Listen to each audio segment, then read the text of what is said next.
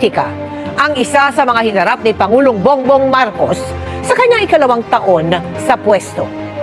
Pero ang sabi ng isang political analyst, habang papalapit ang eleksyon, ang temperatura ng politika inaasang lalo pang iinit.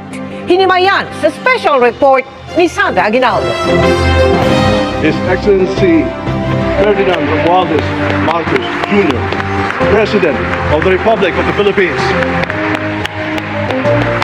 Sa 2 taon sa pwesto ni Pangulong Ferdinand Marcos Jr., naging maingay ang mundo ng politika. Bongbong bangag yan. Isa sa kontrobersyang kinaharap ng Pangulo ang lantarang pagbatiko sa kanya ni dating Pangulong Rodrigo Duterte. Akusasyong hindi rin naman pinalampas ni Marcos Jr. I think it's the fentanyl. Sa unang tingin, iisiping nakaiwas sa mga isyong ito si Vice President Sara Duterte hanggang sa Budget yun sa akin. My husband will do everything to protect you. You ran together, di ba? Sama-sama tayo babangon muli.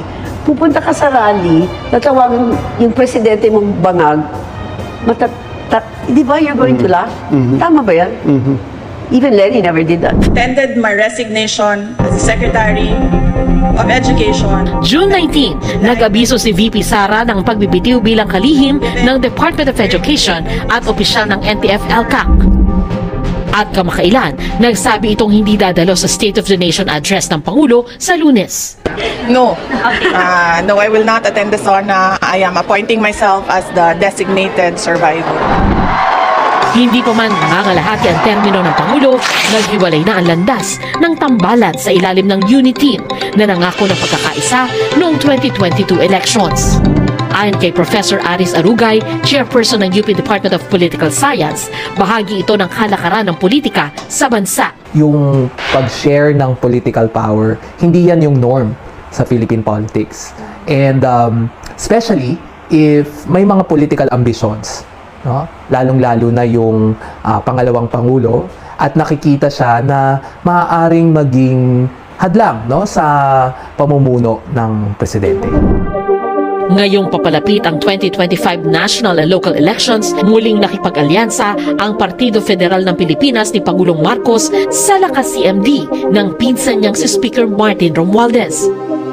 Tingin ni Professor Arugay, pagkakataon din ang midterm elections para makita ang puwersa ng pamilya Duterte. Lalo't may pahayag ang bise na may planong tumakbo ang kanyang ama at mga kapatid. Sa tradisyon, ang interpretasyon sa midterm elections, ito ay referendum o pagsukat ng popularidad ng nakaupong administrasyon. Sa tingin ko may ibang dimension pa. Maaaring ito ay isang proxy battle between the two dynasties, no? Yung Marcos at yung Duterte. Maaaring sukatin din ito, no? Yung potensyal ni Sara Duterte para sa 2028. Sa umiinit na tunggalian, magmumukha raw tuloy oposisyon ang pamilya Duterte. Kaya pumalag ang Liberal Party na kinabibilangan ni dating Vice President Leni Robredo na nakalaban ni Marcos Jr. sa 2022 presidential elections. Ilang personalidad na ang lumutang bilang senatorial candidate nila sa 2025. Pero hindi kasama si Robredo na nagpahayag ng tatakbong mayor ng Naga City. Meron din naman siya kasi siyang base, no? Na maaaring ma-mobilize din niya na suportahan kung sino man yung mga kandidatong kanyang posibleng ma-endorso sa 2025. Yung 15 million na yon hindi yon nawala, no? Nandyan yan, no? At importanteng matap yon. Dahil politics is addition, may ilang naniniwala na pwedeng maging magkaalyansa ang Marcos administration at ang LP. Wala kaming ganong plano. Pero nauna nang sinabi ng LP na hindi sila makikipag-alyansa sa administrasyon kahit pa meron silang ilang pagkakapareho ng pananaw. Gaya sa issue ng West Philippine Sea at paghihinto sa madugong drug war. Ayon kay Professor Arugay, pagkatapos ng midterm elections, maaasahang titindi pa ang girian sa politika habang papalapit ang 2028 presidential elections.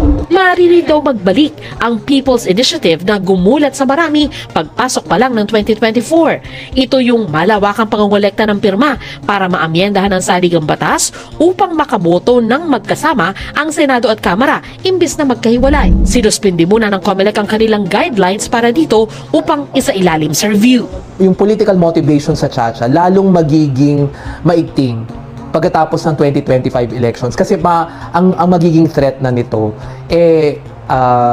alisin ang term limits. Mas lalo siyang ma-associate sa pagpapanatili sa kapangyarihan kasi palapit na dun sa pagtapos ng termino. Ang ilang galawan sa politika ngayon, masasabing konektado sa 2028 presidential elections kahit malayo pa ito. Kaya makatutulong kung malayo din ang tingin at malalim ang kaalaman ng mga Pilipino sa pagpili ng mga leader ng bansa.